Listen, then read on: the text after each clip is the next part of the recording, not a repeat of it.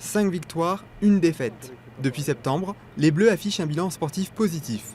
Mais l'affaire du chantage à la sextape perturbe l'équipe de France.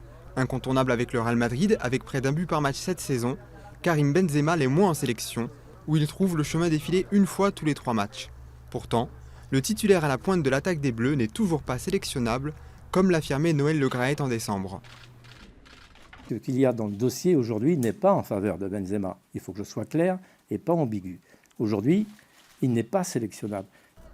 Depuis, l'horizon extrasportif de Benzema s'est éclairci avec la levée partielle du contrôle judiciaire. Il peut à nouveau côtoyer Mathieu Valbuena, mais le parquet a fait appel.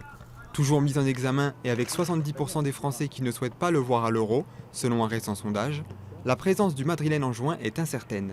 Pour le remplacer, Didier Deschamps peut compter sur l'expérimenté Olivier Giroud, le prometteur Kingsley Coman et Antoine Griezmann, qui brille en ce moment à l'Atlético Madrid.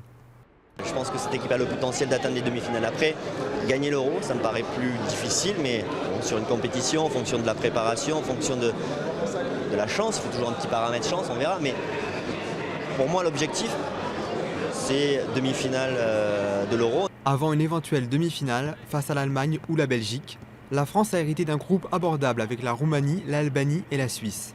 Mais la route sera longue pour décrocher un 3e sacre européen après 1984 et 2000.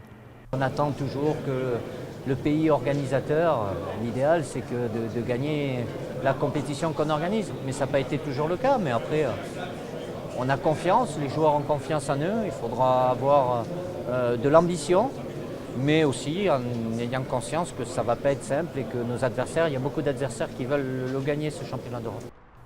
Le vainqueur sera connu le 10 juillet au Stade de France, l'enceinte où Didier Deschamps, alors capitaine, avait soulevé la Coupe du Monde en 1998.